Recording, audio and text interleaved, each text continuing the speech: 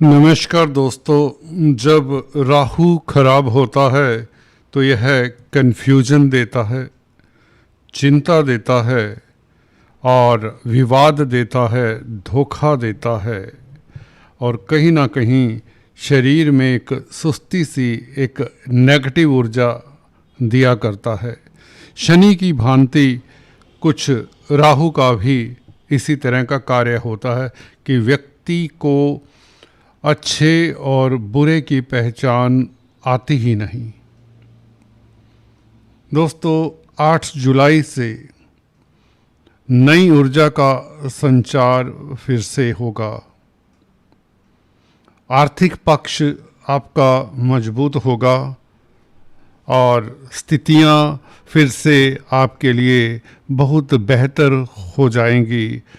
8 जुलाई, जी हाँ दोस्तों, यहाँ पर आपको बताना चाहता हूँ, तुला राशि तथा तुला लग्न है आपका, तो यह वीडियो आपके लिए है। अगर आपकी नाम राशि तुला है, आपकी कुंडली में चंद्रमा तुला राशि में है या सूर्य आपका तुला राशि में है, अक्टूबर का बर्थ है, जोडिएक साइन या आपका असेंडेंट तुला है, सभी के लिए ये खास वीडियो रहेगा। दोस्तों, 8 जुलाई ऑनवर्ड्स ऐसा क्या होगा कि आपके लिए इतने सारे कसीदे मैंने पढ़ डाले। नई ऊर्जा का संचार, जी हाँ दोस्तों, नेगेटिविटी खत्म होगी, विस्तार का प्रारंभ होगा सही मायने में। दोस्तों, 11 जून से जब से देवगुरु बृहस्पति अस्त हुए हैं, स्थितियां आपकी नासाज रही हैं और आर्द्रा नक्षत्र में देवगुरु बृहस्पति का प्रवेश करना और साथ में अस्त रहना, राहु के नक्षत्र में प्रवेश करना। आर्द्रा नक्षत्र राहु का नक्षत्र है और देवगुरु बृहस्पति का अस्त चले आना 8 जुलाई तक। कुछ पंचांग 10 जुलाई भी बताते हैं, परंतु हम 8 जुलाई को ज़्यादा सही माने तो 8 जुलाई से स्थितियां किस तरह की होंगी, जैसा कि आपने टाइटल में देखा, ऊर्जा मिलेगी, आपको एनर्जी मिलेगी, एक जोश आएगा, सुस्ती को त्यागेंगे। नेगेटिविटी खासकर जो घर कर जाती है, जो कन्फ्यूजन, किसी काम के प्रति काम का मन तो करता है परंतु फिर भी कोई रुकावट आ जाती है। कभी अंदर से ही, मन से ही बातें ऐसी निकलती हैं कि आपको लगता है कि आप गलत दिशा में चले जाएंगे। एक कॉन्फिडेंस की कमी सी कहें, ये दौर आपको देता रहा है पिछले कुछ महीनों से। हालांकि गुरु का परिवर्तन आपके लिए काफ़ी सुखद है, परंतु गुरु को ऐसे पल या आपको गुरु के कारण ऐसे पल नहीं मिले जो सुखद कहे जा सकते हैं। जब से मई से गुरु आपके भाग्य स्थान में मिथुन राशि में आए हैं, तब से गुरु के पास इतना समय नहीं था या आपकी किस्मत में ऐसा कुछ नहीं था कि आपको गुरु लाभान्वित करते।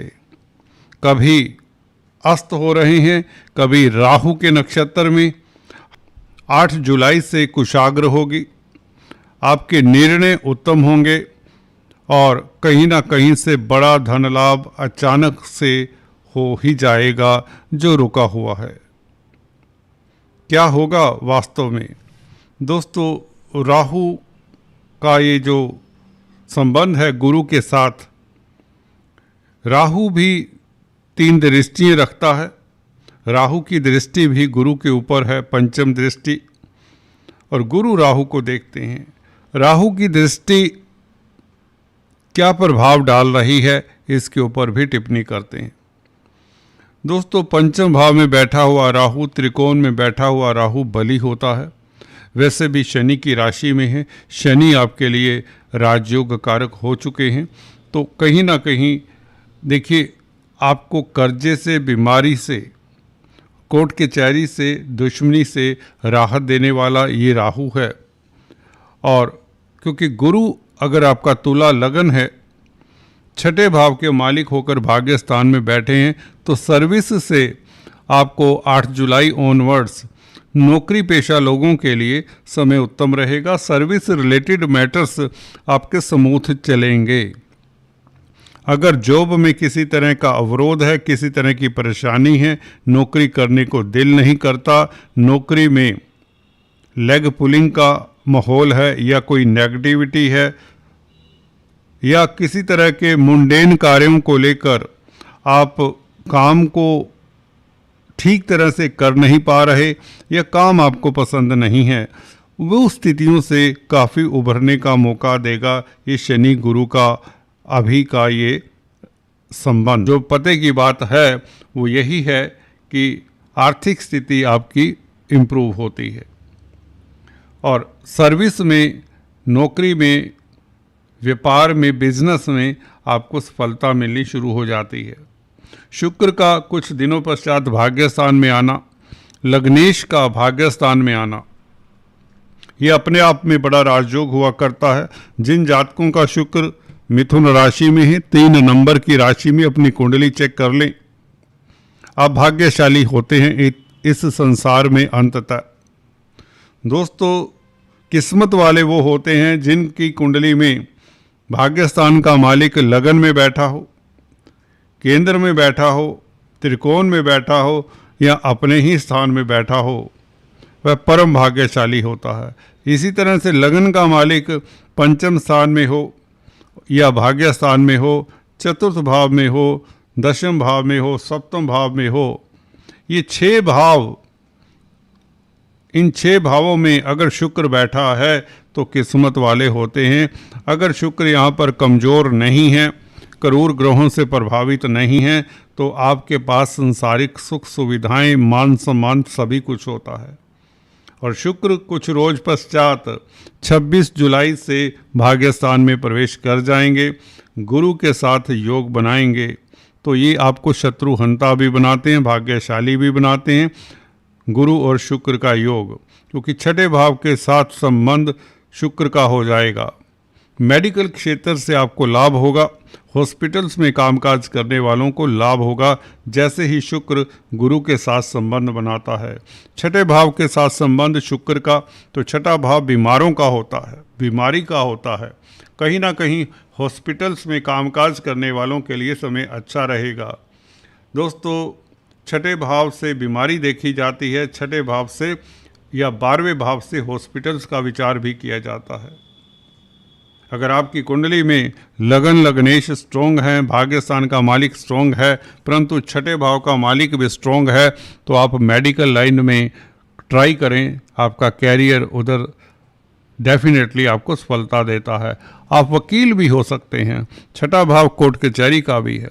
तो अभी शनि क्योंकि छठे भाव में, इसलिए ये सब मैं बता रहा हूँ। इस अवधि में आप अच्छे वकील साबित होंगे, कोर्ट कचहरी में मुकदमेबाजी में आपकी जीत होगी और कर्जे से निजात। छठा भाव कर्जे का भी होता है और छठा भाव बीमारी का भी होता है। तो बीमारों के साथ संग, तो वो डॉक्टर का हो सकता है या हॉस्पिटल्स में जो कामकाज करते हैं, तो उनसे भी, हॉस्पिटल से भी कहें तो, या मेडिकल क्षेत्र से भी आपको लाभ होता है। एनीवेज, गुरु की हम बात कर रहे थे, गुरु का भाग्यस्थान में आना अब आपके लिए काफ़ी समय तक धन की स्थिति बेहतर होगी। 100 बात की एक बात, आर्थिक स्थिति आपकी बेहतर होगी, छोटी बड़ी यात्राओं से लाभ होगा, मार्केटिंग के व्यक्तियों के लिए दिन उत्तम रहेंगे, अड़ोसी पड़ोसियों के साथ समय बेहतर होगा, अनुजों का साथ मिलेगा, मित्रों का साथ मिलेगा। और कहीं ना कहीं अगर आप मीडिया के क्षेत्र में हैं, इलेक्ट्रॉनिक प्रिंट मीडिया में हैं या पत्रकार हैं, पत्रकारिता करते हैं, कुछ लिखते हैं, कुछ क्रिएट करते हैं, तो आपके लिए समय उत्तम रहेगा। कंपटीशन स्पर्धाओं में आप उत्तीर्ण होंगे। हायर एजुकेशन को लेकर जो दुविधा है वह 8 जुलाई से दूर होती है। आपका मन अब बन जाएगा और किसी बड़े इंस्टीट्यूट में आपको एडमिशन मिलने के आसार बन जाते हैं। पंचम भाव में बैठा हुआ राहु जो उदंडता दिखा पा रहा था गुरु के अस्त होने के कारण और गुरु का आर्द्रा नक्षत्र में होने के कारण, जो आपकी एजुकेशन में, जो आपकी शिक्षा में अवरोध रहे हैं, खासकर हायर एजुकेशन में, वह सब दूर होते हैं। आपका भ्रम खत्म होता है, आपका कन्फ्यूजन खत्म होता है, मन शांत रहता है और धर्म के प्रति आस्था, जो मन भ्रमित होता है तो धर्म के प्रति भी आस्था अनास्था में चली जाती है। मन में कई तरह के विचार आते जाते हैं जो आपके संस्कारों को कटोचते हैं, टटोलते हैं कहें तो वो स्थिति अब नहीं रहेगी। आप एक मुस्त रहेंगे, आपको विश्वास होगा अपने ऊपर और अपने इष्ट देव के ऊपर, गुरुओं के ऊपर विश्वास बढ़ेगा, श्रद्धा बढ़ेगी, जिससे सुकून मिलेगा और सफलता साथ साथ चलेगी। तो ये गुरु का प्रभाव भाग्य स्थान में होने से गुरु आपको भाग्यशाली बनाते हैं, दैवी कृपा आपके ऊपर रहती है। और पूरा साल 18 अक्टूबर तक एटलीस्ट, जब तक कर्क राशि में प्रवेश नहीं करते, गुरु आपको धन धान्य देते हैं, आपको अच्छा एडवाइज़र बनाते हैं, अच्छा सलाहकार बनाते हैं, अच्छा लीडर बनाते हैं। और पंचम स्थान से भी राहु को बाध्य करते हैं सुखद फल देने के लिए, जो स्पेकुलेशन शेयर मार्केट से आपको लाभ करवाने में बाध्य हो जाता है। हालांकि शत्रु कार्यस्थल पर या प्रतिद्वंदी कहें उछल कूद करेंगे, जिनको संभालने में आपको कोई दिक्कत नहीं होगी, क्योंकि शनि आपको अजात शत्रु बनाते हैं। कोर्ट कचहरी में फतेह शनि के कारण आपकी स्थिति बेहतर होती है, नेम फेम मिलता है, उच्च पद मिलता है। राजनीति में भी शनि के कारण आप कामयाब होते हैं। छठे भाव में बैठा हुआ शनि आपको कुशल राजनीतिज्ञ बनाता है, कुशल डिप्लोमेट बनाता है, और गुरु के कारण आप में गुरुता आती है, आप पॉजिटिव रहते हैं, सुखी रहते हैं। बेसिकली आपकी बुद्धि शांत रहती है। राहु के कारण जो उद्विग्न रहे हैं कुछ समय से, पिछले 1-2 महीने से, वो उद्विग्नता खत्म होती है। अब मन शांत रहता है, अब मन भ्रमित नहीं होगा। तो बहुत अच्छा योग है गुरु का उदय होना, आपके व्यापार के लिए, आपके परिवार के लिए, दोस्त मित्रों के साथ के लिए, धन की स्थिति के लिए, नौकरी के लिए और बच्चों के लिए, संतान के लिए, छात्रों के लिए, हायर एजुकेशन के लिए, शेयर स्टॉक मार्केट में जो कामकाज करते हैं उन सभी के लिए स्थितियां बहुत बेहतर रहेंगी। अगर आप धर्म कर्म में रुचि रखते हैं तो तंत्र मंत्र विद्याओं में आपका आसक्ति बढ़ेगा और कुछ ना कुछ रिद्धि सिद्धि एक गुरु भाग्य स्थान में होने से आपको कुछ ना कुछ आशीर्वाद दे देंगे और मन प्रभु की भक्ति में तल्लीन रहेगा। जी हाँ दोस्तों, बहुत उत्तम समय है। आज इतना ही, फिर से मिलेंगे, तब तक के लिए सब्सक्राइब करना मत भूलें, यही आपसे गुजारिश है। उसके पश्चात बेल आइकन दबा दिया करें। Thanks for watching this video.